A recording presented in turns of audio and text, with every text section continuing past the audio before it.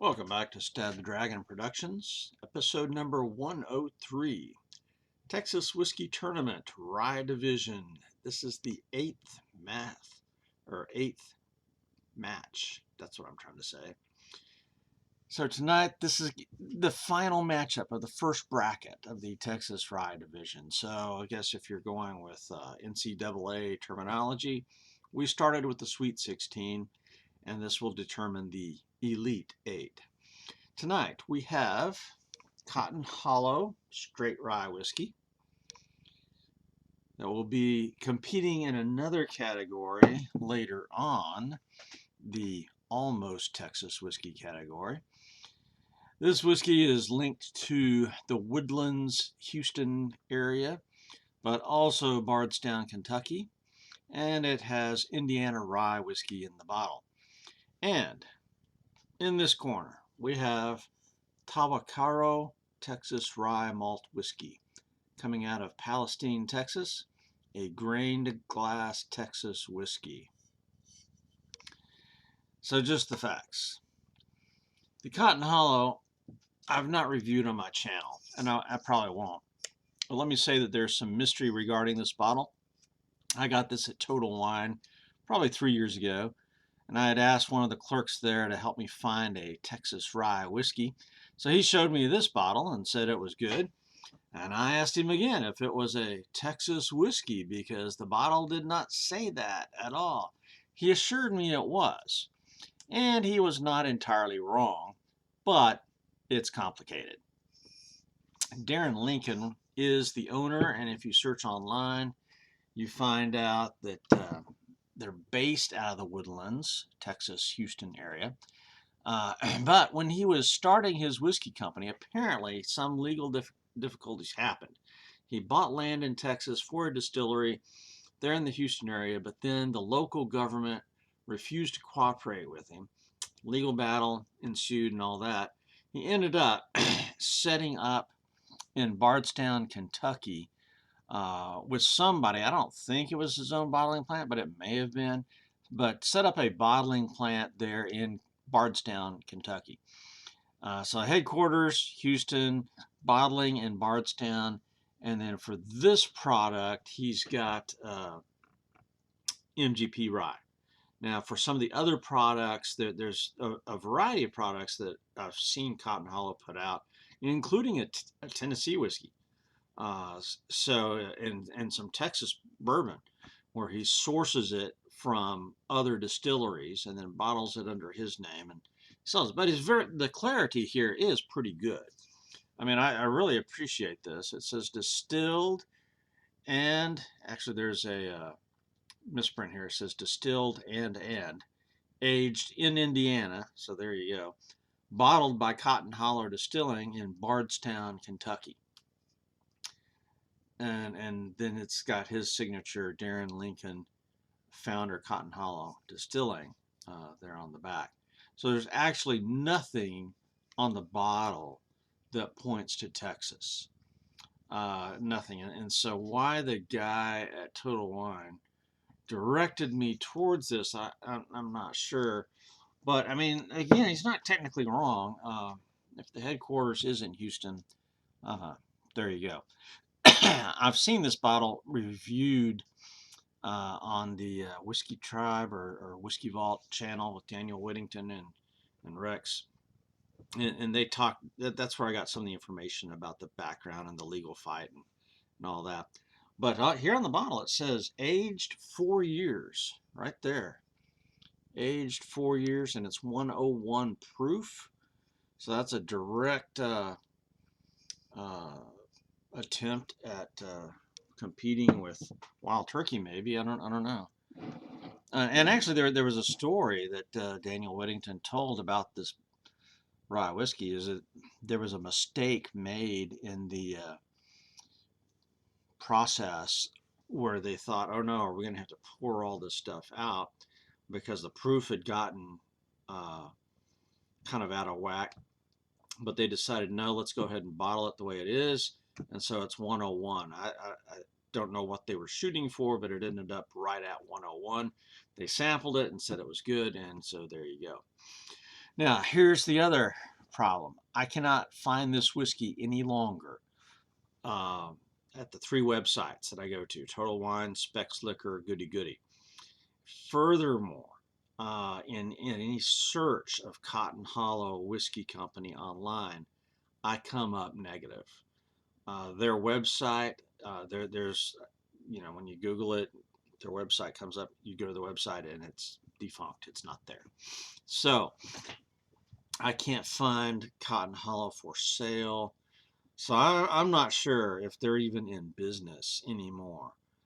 So, that's just odd. I know they had released a bourbon several years ago that I wanted to try, but because it was a Texas bourbon. And again, they had some kind of a Tennessee whiskey thing that they had going. So there was a lot of interesting stuff coming out of there, but I just can't find them anymore. I'm wondering if they're even in business. Okay. How much did I pay for this bottle 3 years ago? Maybe longer. I'm thinking between, 40-ish, 40-ish, maybe a little bit more. I don't think I paid 50 for this. So there's the Cotton Hollow. And it's an attractive bottle. One of the tall, skinny bottles, kind of like High West or something like that. But now the contender over here, Tahwahkaro Texas Rye Malt Whiskey. I have reviewed this on my channel in May of 2022, and I gave it a high score of a 93 or an A+. So this is definitely a contender to win the tournament. Tahwahkaro was a local distillery in Grapevine, close to where I used to work, about 30 miles from home though, by the DFW airport. And they were founded in 2016. They did something unique. They went straight to whiskey production. They didn't make gin, vodka, rum. They put all their barrels in one basket. And I think, it came out quite well, actually. But they've now moved to Palestine in East Texas between Dallas and Nacogdoches. And in 2019, this rye malt won silver at the Whiskeys of the World competition. The Texas Whiskey Festival of 2022 had this whiskey as a winner in the rye category. This whiskey comes in at 105 proof, and the bottle says it's aged for not less than 1 year. Okay, 1 year whiskey. Look at how dark that is. That's Texas. 1 year whiskey. 4 year Indiana whiskey. Notice the difference. 1 year in Texas versus 4 years in Indiana. I have no idea if the Indiana distillery warehouse is climate controlled or not. But having consumed some Tahwahkaro, I can guarantee you that they're not climate controlled. But the proof advantage goes to Tah, and its price range, Total Wine did not list it, but I'm real sure it's sold at Total Wine. I'm pretty sure of that. Specs listed at $60.52. Goody Goody, $64.99. That may be a bit overpriced, even for a craft whiskey. High proof contributes to that, but that's pretty expensive. Now the flavor, again, this scored very high when I was reviewing it. So let's talk about the bottle a little bit. This is an odd-shaped bottle, and one of the stories that I saw with some reviews is that when it's shaped like this, it takes up so much space on a shelf that in a lot of stores they turned it like that, so the label wasn't showing. But there's a reason for this shape of the bottle. This is a old Western canteen shape, right?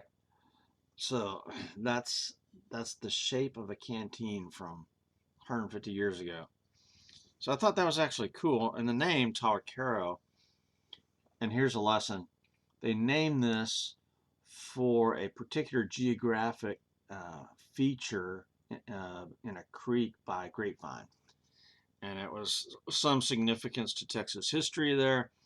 But if you name your establishment after a geographic feature and then you move from that geographic location, then the name is kind of like odd. And that's what's happened, is they moved from Grapevine to Palestine. And so Tahwahkaro, really? Okay. Being a former Baptist preacher, I can tell you I've encountered Baptist churches frequently that name their church after a geographic feature, maybe the road they were on or something, and then the church grows and they move, but keep the name. Doesn't make any sense. In this matchup, I have Tahwahkaro as the one favored to win, just so you know. Now, let's do the visual inspection here. My wife was not available to do the pouring of the glasses, so I did it, but I mixed the glasses all up and walked away and mixed them up again, so I really don't know what's what. But I do know that glass number 1 is Cotton Hollow, glass number 2 is Tahwahkaro. So you may be able to see those numbers when I lift the glasses up. Right now we're going to look at the physical appearance and see if I can tell the difference. Alright, I'm thinking this one on my left is lighter than the one on my right. So I'm going to say this is the Tahwahkaro and this one's the Cotton Hollow. There you go. That's my physical estimation. Now, one of the rules that we're going by in this competition is I'm really looking for the rye flavor. So this has led to some surprising results in the competition because there's some really good whiskeys that are rye whiskeys, but the rye flavor is muted in some fashion. So that's what we're looking for. So this is the one on the left, and the nose immediately gives me some rye smell. It's not real strong. Again, I have a very weak nose. My nose does not work very well at all. And that's not a result of COVID. That's a result of sinus infections nonstop for 20 years. I may be getting my nose broken 3 times in high school. Okay, so that's got some good rye notes on the nose for that glass. Let's go with this one that I suspect is Tahwahkaro.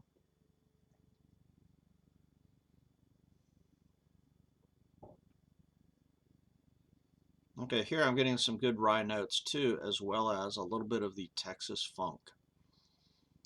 Texas whiskeys that are aged in the climate give a lot of barrel char, a lot of smokiness there to it. And so I'm going to give advantage to both the visual and the nose to this one on the right. Boy, that smells really good. Yeah, it's got a stronger nose. So let's go to the taste, see if we can determine which is which and which is the winner.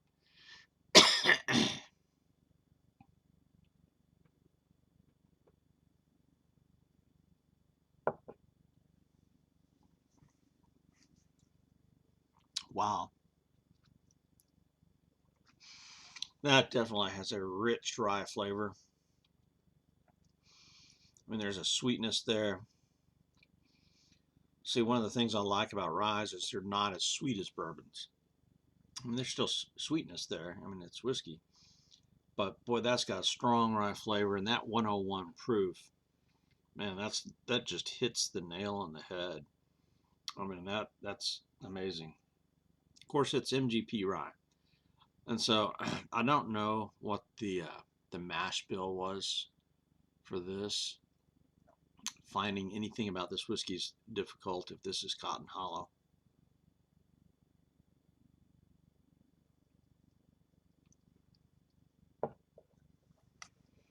I know MGP ryes are famous for having a 95.5 mash bill, but there's still a wide variety within that range. So like Bullet Rye used to use, I think they still do, MGP at 95.5. And I really am not a fan of Bullet Rye. And so if this is a 95.5 rye from Indiana, boy, this beats the socks off of Bullet.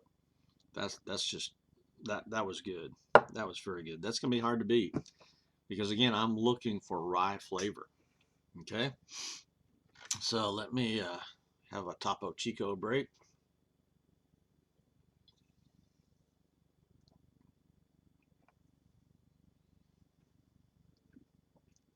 Cleanse the palate a little bit. Now we're going to go with this one on the right that I think is Tahwahkaro.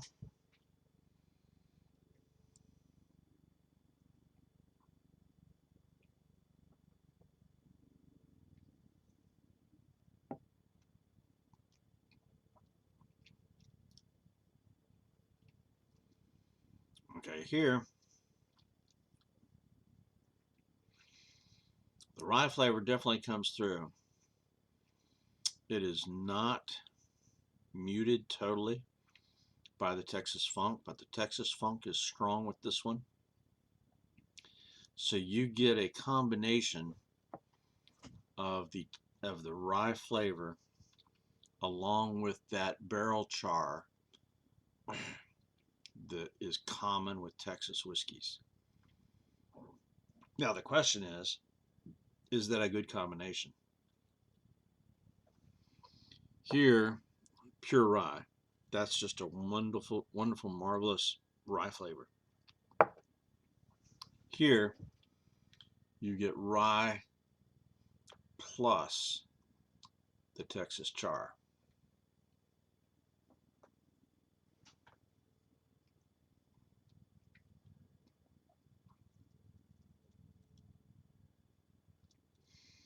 Now I think you can also taste a little bit of the youthfulness here. There is a kind of a grassy note to this that is common with young whiskeys. And even though this is dark, you know, it's aged for just a year or just over a year. So I know a couple of episodes back we had my favorite Balcones rye versus Blackland rye, both at 100 proof. And the Blackland rye came through with the stronger rye flavor, the better rye flavor. And I gave it the win over Balcones rye. And Balcones has been my favorite rye for a long time. So when you are focusing on rye flavor, that's what can happen. So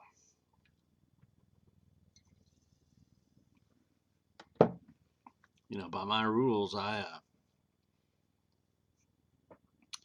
stack the deck in here towards certain whiskeys.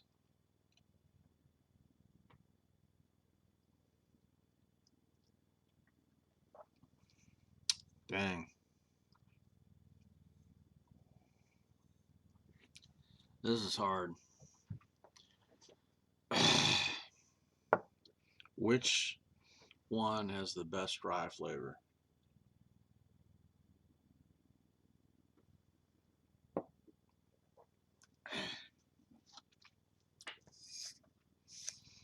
Cotton Hollow is the winner. I mean, if I'm looking for something else, maybe Tahwahkaro would win. But if I'm looking for good, solid rye flavor, this Indiana whiskey, bottled in Kentucky, owned by a Texan, wins. Cotton Hollow for the win. That's, and again, I picked Tahwahkaro to win. Oh well. Well, this concludes the first bracket of the rye division. We'll come back for the second round, the Elite 8 of Texas rye whiskeys next time. Well, I don't know about next time. We may take a break from the Texas rye whiskeys and do something else. I mean, I know last week we did Irish whiskey competition, two Bushmills, Red Bush versus Black Bush. That was fun. So I may take a break and do something else different for a couple of weeks before we come back for the Elite 8 of the Texas Rye Whiskey Competition. This is Stab the Dragon, out here.